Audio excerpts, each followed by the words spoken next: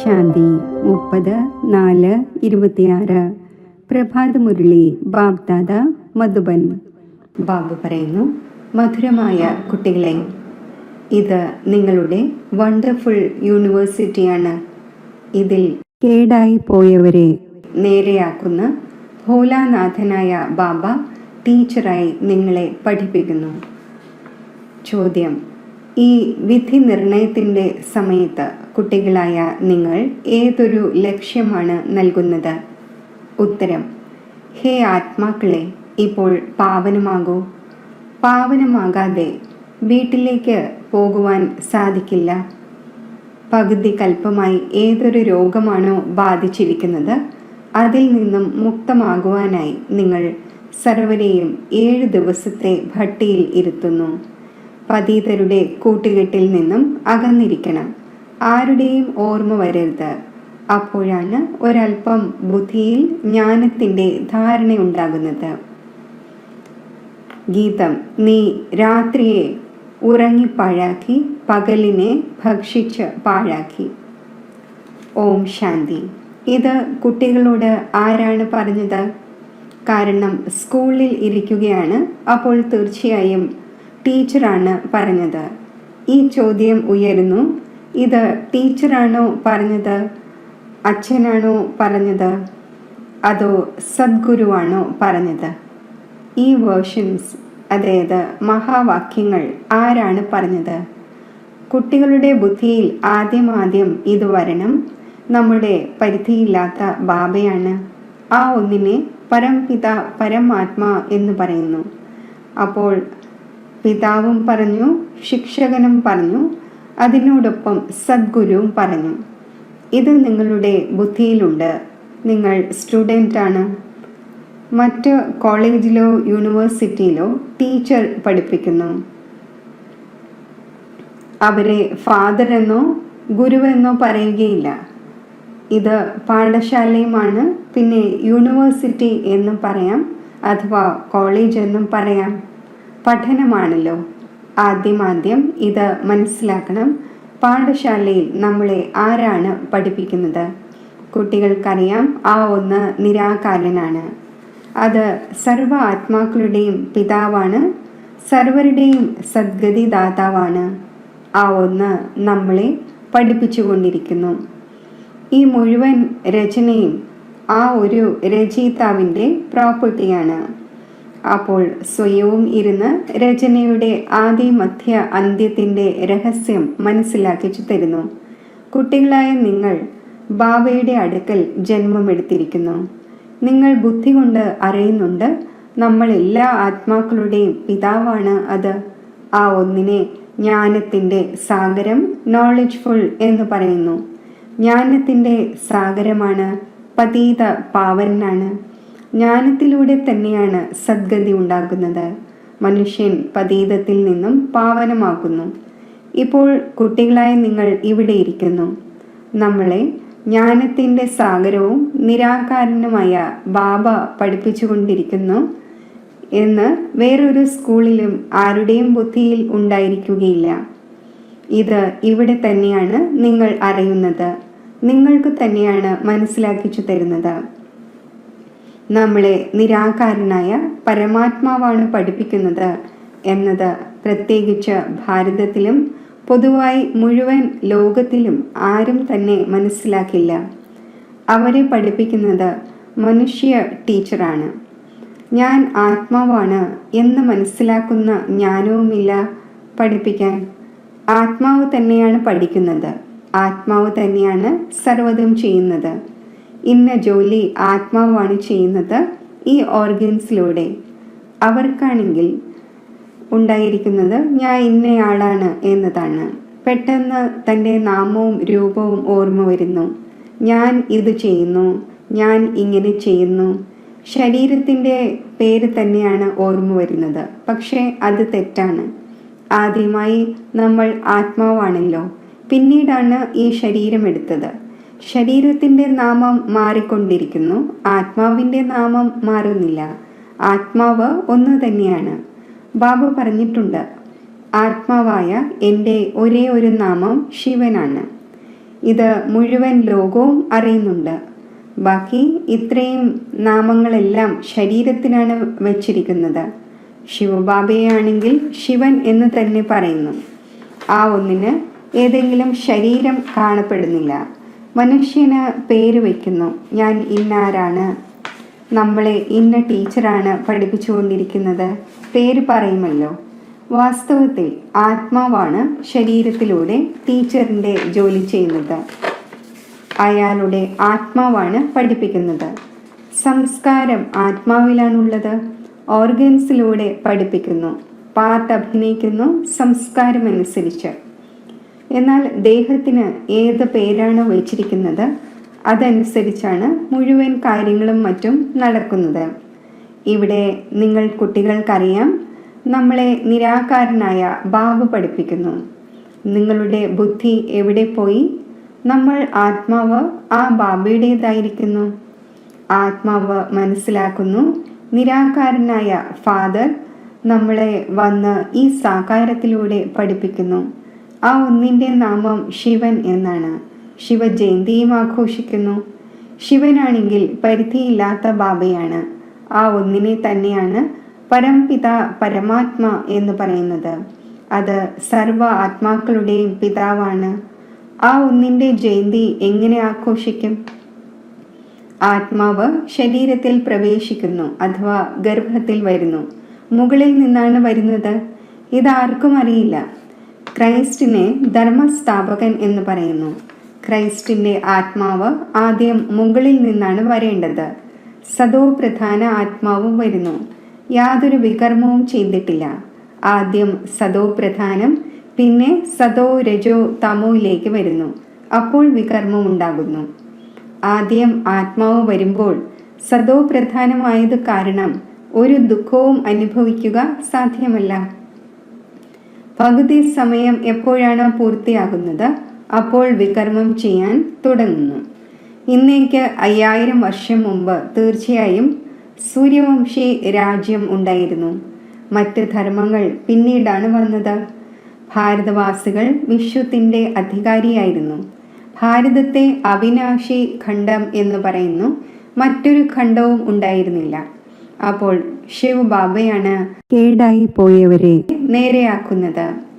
ഭോലാനാഥൻ എന്ന് ശിവനെയാണ് പറയുന്നത്, ശങ്കരനെ അല്ല.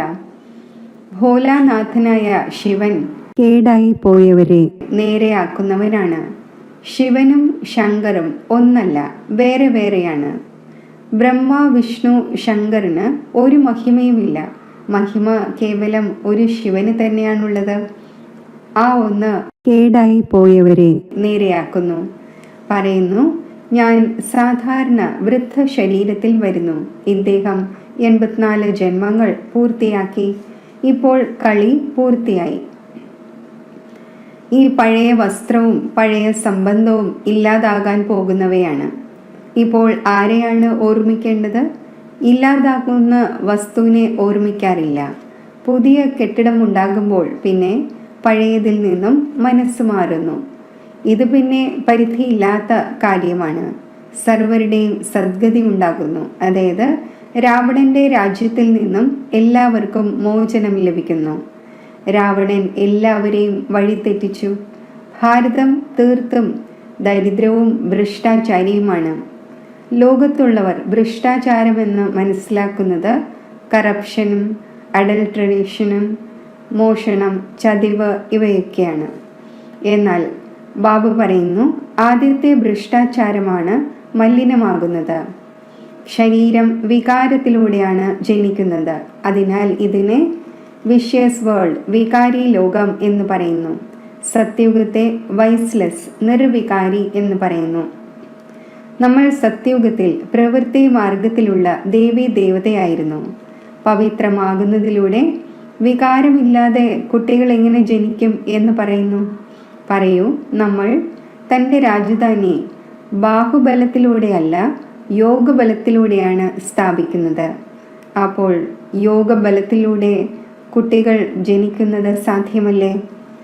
വൈസ്ലെസ് വേൾഡും പവിത്ര ഗൃഹസ്ഥ ആശ്രമവും തന്നെയാണ്. രാജാവും റാണിയും സമ്പൂർണ്ണ നിർവികാരിയായതുപോലെ പ്രജകളും. ഇവിടെ സമ്പൂർണ്ണ വികാരിയാണ്. സത്യയുഗത്തിൽ വികാരങ്ങളില്ല.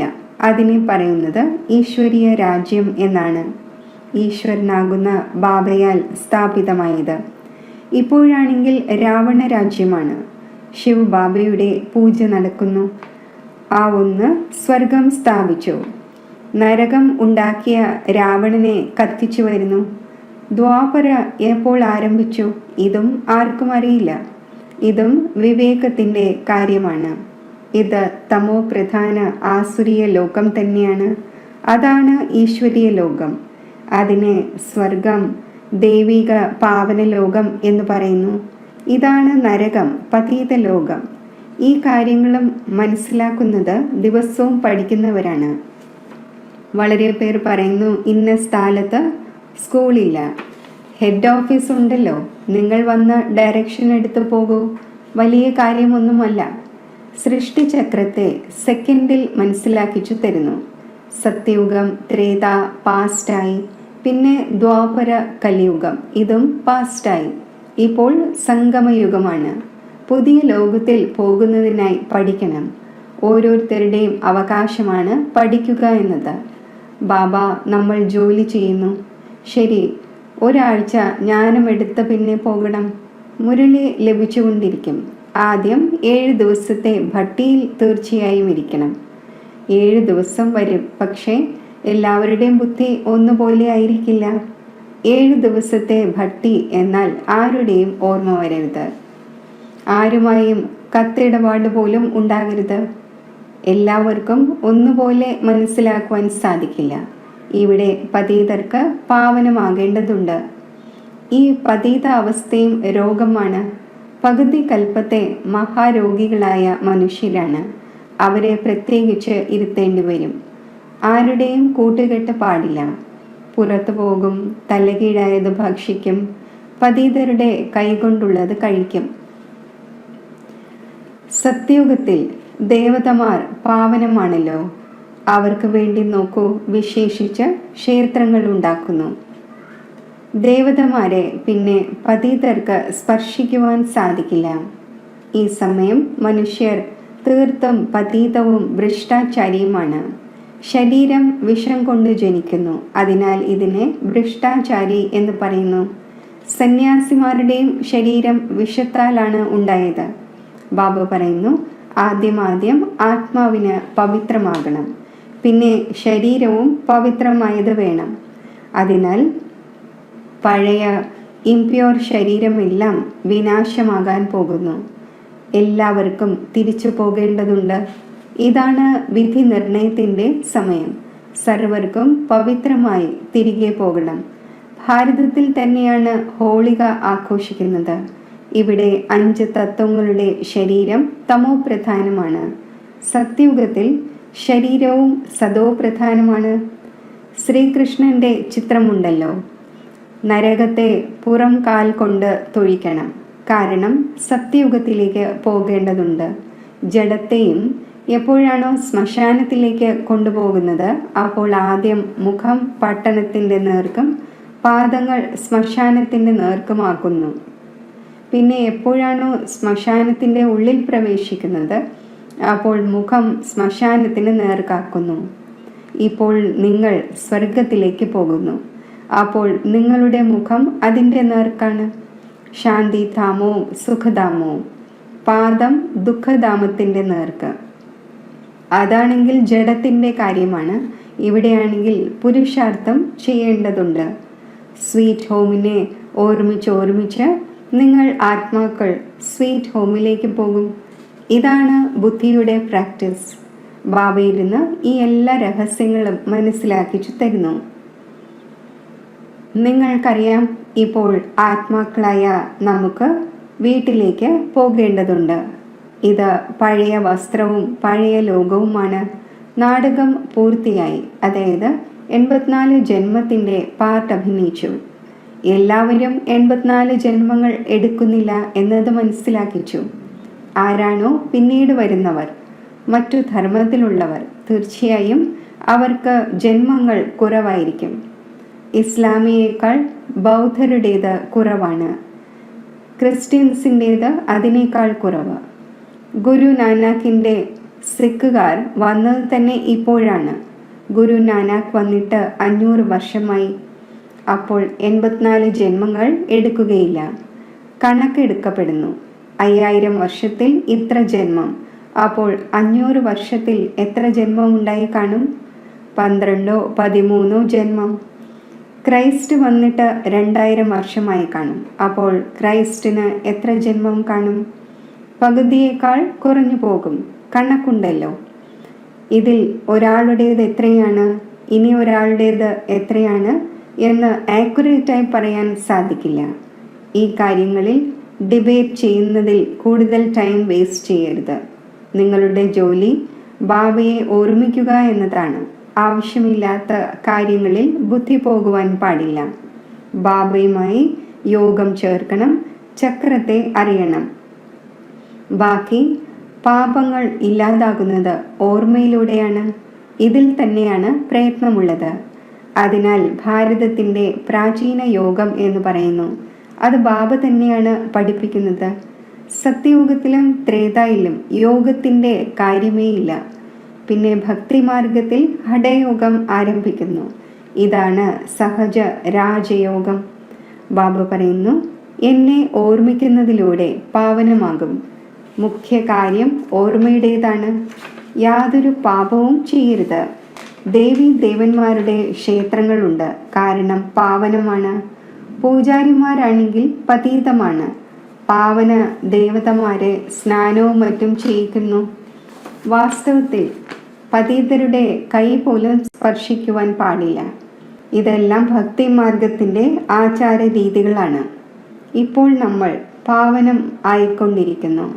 പവിത്രമായി മാറും. അപ്പോൾ പിന്നെ ദേവതയാകും. അവിടെയാണെങ്കിൽ പൂജയുടെയോ മറ്റോ ആവശ്യമുണ്ടായിരിക്കുന്നില്ല. സർവരുടെയും സദ്ഗതി ദാതാവ് ഒരേ ഒരു ബാബയാണ്. അതിനെ തന്നെയാണ് ഭോലാനാഥൻ എന്ന് പറയുന്നത്. ഞാൻ വരുന്നത് പതീത ലോകത്തിൽ, പതീത ശരീരത്തിൽ, പഴയ രാവണ രാജ്യത്തിലാണ്. ആരുടെയും ശരീരത്തിൽ പ്രവേശിച്ച് മുരളി നടത്തുവാൻ സാധിക്കും. ഇതിൻ്റെ അർത്ഥം സർവവ്യാപിയാണ് എന്നല്ല. ഓരോരുത്തരിലും അവരവരുടേതായ ആത്മാവുണ്ട്. ഫോമിലും എഴുതിപ്പിക്കുന്നു, നിങ്ങളുടെ ആത്മാവിൻ്റെ പിതാവ് ആരാണ്. പക്ഷേ മനസ്സിലാക്കുന്നില്ല. ആത്മാക്കളുടെ പിതാവ് ഒന്ന് തന്നെയായിരിക്കും. നമ്മളെല്ലാം ബ്രദേഴ്സാണ്. ഫാദർ ഒന്നാണ്. ആ ഒന്നിൽ നിന്നും ജീവൻ മുക്തിയുടെ സമ്പത്ത് ലഭിക്കുന്നു. ആ ഒന്ന് ലിബറേറ്ററാണ്, ഗൈഡാണ്. സർവ ആത്മാക്കളെയും സ്വീറ്റ് ഹോമിലേക്ക് കൊണ്ടുപോകും. അതിനാൽ പഴയ ലോകത്തിൻ്റെ വിനാശം നടക്കുന്നു.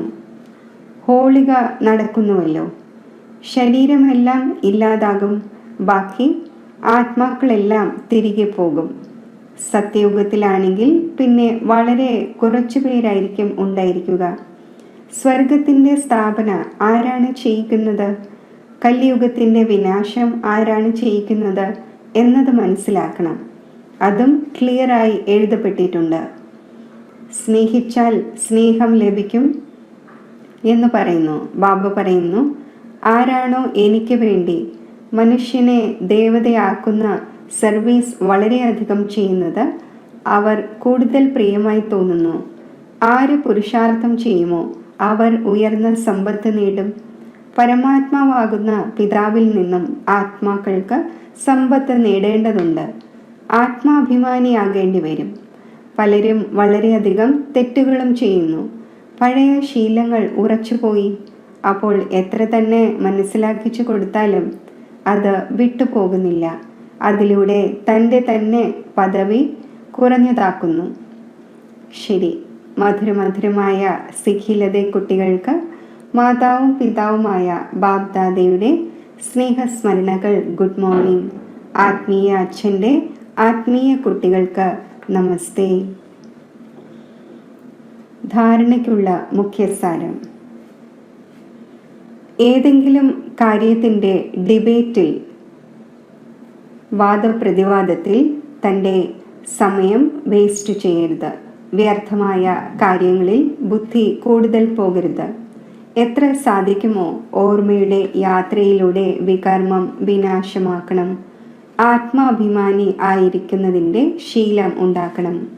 ഈ പഴയ ലോകത്തിൽ നിന്നും തൻ്റെ മുഖം തിരിക്കണം. ശാന്തിധാമത്തെയും സുഖധാമത്തെയും ഓർമ്മിക്കണം. പുതിയ കെട്ടിടം തയ്യാറായിക്കൊണ്ടിരിക്കുന്നു. അപ്പോൾ പഴയതിൽ നിന്നും മനസ്സ് മാറ്റണം. വരദാനം: ഈശ്വരീയ കുലത്തിൻ്റെ സ്മൃതിയിലൂടെ മായയെ നേരിടുന്ന സദാ സമർത്ഥ സ്വരൂപമായി ഭവിക്കട്ടെ. ഏതൊരു കാര്യത്തിലും സഫലത പ്രാപ്തമാക്കണം എന്നുണ്ടെങ്കിൽ ആദ്യം സ്മൃതിയിലൂടെ സമർത്ഥി സ്വരൂപമാകൂ.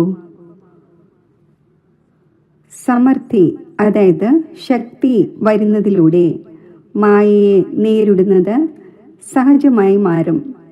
സ്മൃതി എങ്ങനെയുള്ളതാണോ അതേപോലെ സ്വരൂപം ഉണ്ടാകുന്നു. അതിനാൽ സദാ ഈ പവർഫുൾ സ്മൃതി ഉണ്ടായിരിക്കണം. എപ്പോൾ വരെ ഈ ഈശ്വരീയ ജന്മം ഉണ്ടായിരിക്കുമോ അതുവരെയും ഓരോ സെക്കൻഡും, ഓരോ സങ്കല്പവും, ഓരോ കാര്യവും ഈശ്വരീയ സേവനത്തിലാണ്. ഇത് നമ്മുടെ ഈശ്വരീയ കുലമാണ്. ഈ സ്മൃതിയുടെ സീറ്റ് സർവ ദൗർബല്യങ്ങളെയും സമാപ്തമാക്കും. സ്ലോഗൻ: സത്യം സമയമനുസരിച്ച് സ്വയം തെളിയുന്നു.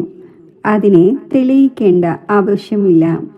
അവ്യക്ത സൂചന: മഹാൻ ആകുന്നതിനു വേണ്ടി മധുരതയുടെയും വിനയത്തിൻ്റെയും ഗുണം ധാരണ ചെയ്യൂ.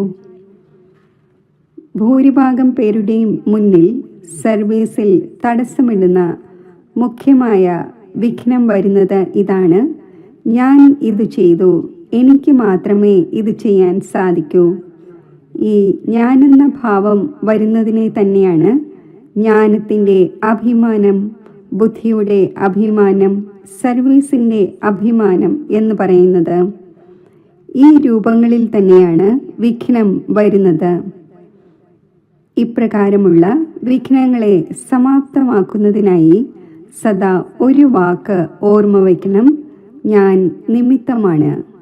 നിമിത്തമാകുന്നതിലൂടെ തന്നെയാണ് നിരാകാരിയും നിരഹങ്കാരിയും വിനയചിത്തവും നിർസങ്കൽപ്പ അവസ്ഥയിലും ഇരിക്കുവാൻ സാധിക്കുന്നത്. ഈ ധാരണകൾ വായുമണ്ഡലത്തെ നിർവിഘ്നമാക്കി മാറ്റുന്നു.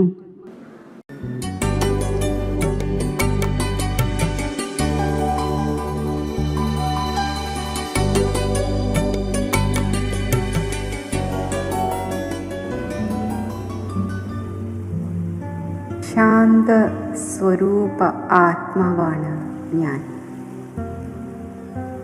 മസ്തകമധ്യത്തിൽ ഒരു ജ്യോതി നക്ഷത്രം പോലെ തിളങ്ങുന്ന എന്നിൽ നിന്നും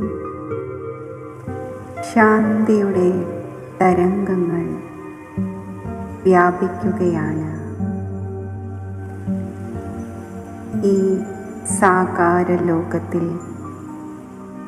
അശാന്തിയുടെ അഗ്നിയിൽ എരിയുന്ന ആത്മാക്കൾക്ക് വേണ്ടി ശാന്തിയുടെ മഹാദാനി ആകേണ്ടതുണ്ട്.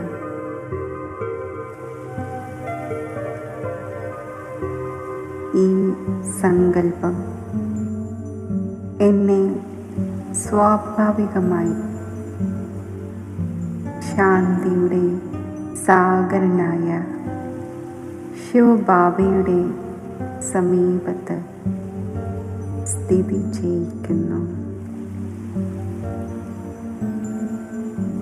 ദിവ്യ ജ്യോതിസായ ശിവബാബയിൽ നിന്നും പ്രസരിക്കുന്ന പരമാത്മാ ശാന്തിയുടെ അനന്ത കിരണങ്ങൾ എൻ്റെ ചിത്തത്തിൽ നിറയുന്നു.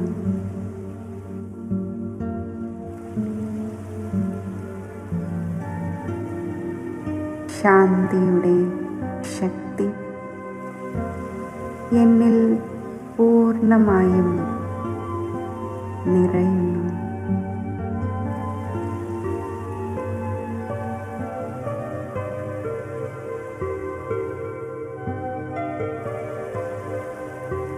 ഈ പരമാത്മാ ശാന്തിയുടെ അനന്ത കിരണങ്ങൾ വിശ്വത്തിൻ്റെ നാനാഭാഗത്തും വ്യാപിക്കുകയാണ്.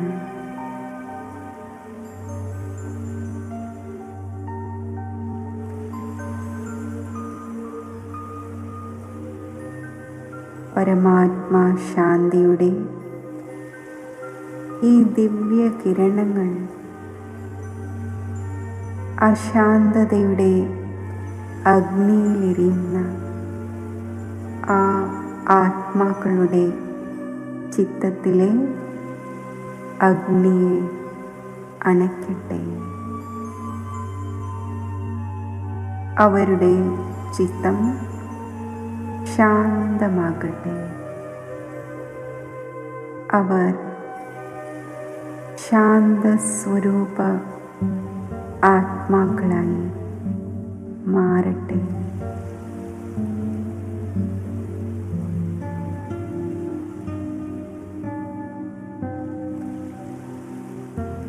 പരമാത്മാ ശാന്തിയുടെ ഈ ദിവ്യ കിരണങ്ങൾ ആ ആത്മാക്കളിൽ നിറയുമ്പോൾ അവരും ശാന്തി സാഗരൻ്റെ നേർക്ക് ആകർഷിക്കപ്പെടട്ടെ.